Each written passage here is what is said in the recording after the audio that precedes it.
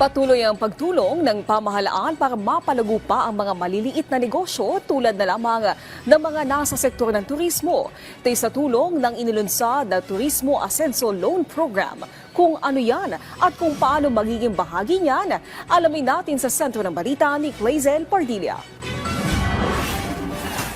Simula nang magkaroon ng sariling pamilya, pinangarap ni Criselda na magtayo ng sariling negosyo.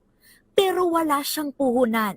Kaya 2021, nang maglakas loob si Criselda na mangutang ng 100,000 pisong kapital sa Small Business Corporation ng pamahalaan para magbukas ng sariling travel and tours. If I will work in the regular schedule na 12-hour shift, walang magbabantay talaga dun sa anak ko. So, if I have my own business, at least I have my own time.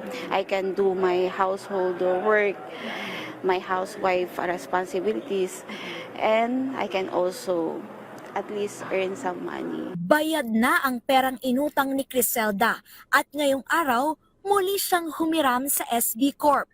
Mismong si Pangulong Ferdinand R. Marcos Jr. ang nag-abot ng pondo sa ilalim ng Turismo Ascenso Loan Program ng Department of Trade and Industry at Department of Tourism. Malaking tulong siya sa akin, sa aming business kasi aside from mag-expand yung business namin, we can also do other services.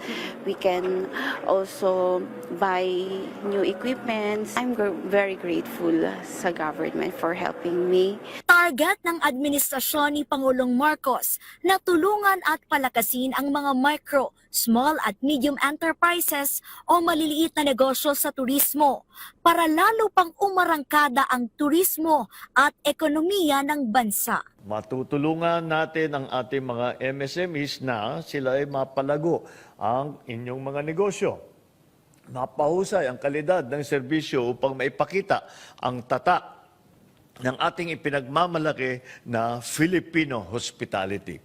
Higit sa lahat, makakapagbigay ng mas magandang kinabukasan para sa inyong pamilya at komunidad. Siyam na benepisyaryo ang nabigyan ng pautang ngayong araw mula Metro Manila at Calabarzon. Sa tulong ng Turismo Ascenso Loan Program, maaring humiram ng hanggang 20 milyong piso na may 1% buwan ng interes na pwedeng bayaran sa loob ng 3 hanggang 5 taon. Kailangan lamang tiyakin na may business permit, government-issued ID, bank account at litrato ng negosyo. Ayon sa Presidente, pinadali ang mga requirement at inatasan din ng DOT at financing arm ng Trade and Industry Department na SB Corp na palawigin pa ang programa at tulungan ang mga nais magnegosyo nating mga kababayan sa pinakamalalayo at liblib na lugar. Clazel Pardilla para sa Pambansang TV sa Bagong Pilipinas.